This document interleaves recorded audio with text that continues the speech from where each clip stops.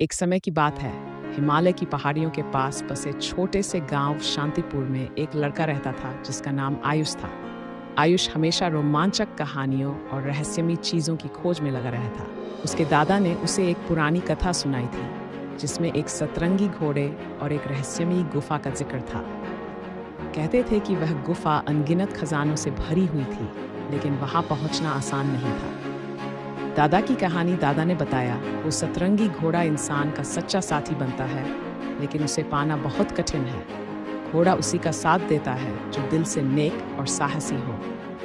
सतरंगी घोड़ा केवल हिमालय की ऊंचाइयों में रहने वाले नीला पर्वत के बादलों के पास दिखता है।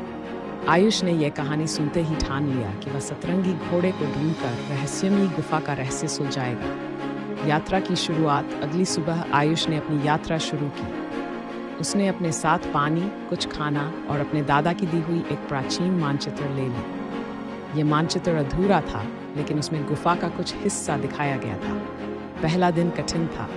ऊंचे ऊंचे पहाड़, ठंडी हवाएं और रास्ते में जंगली जानवरों का डर था, लेकिन आयुष का हौसला मजबूत था। चलते चलते उसे एक बूढ़ा साधु मिला जिसने उसे एक महत्वपूर्ण सलाह दी।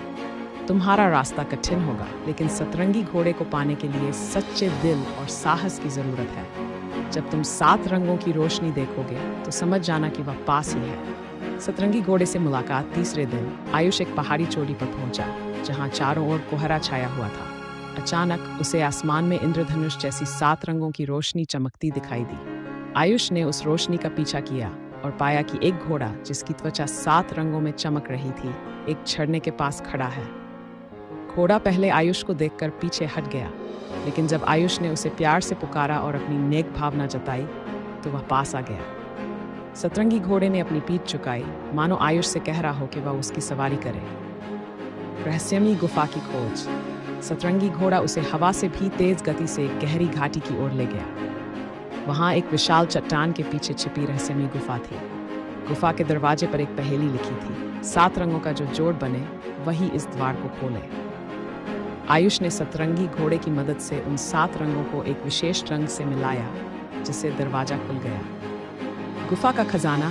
गुफा के अंदर सिर्फ सोना, चांदी या हीरे नहीं थे, बल्कि वहां एक जादुई पुस्तक थी। ये पुस्तक भविष्य को देखने और दुनिया को बदलने की शक्ति देती थी, लेकिन पुस्तक के साथ एक चेतावनी भी थी, इस शक्ति का उपयोग केवल अच्छे कार्यों के लिए करो।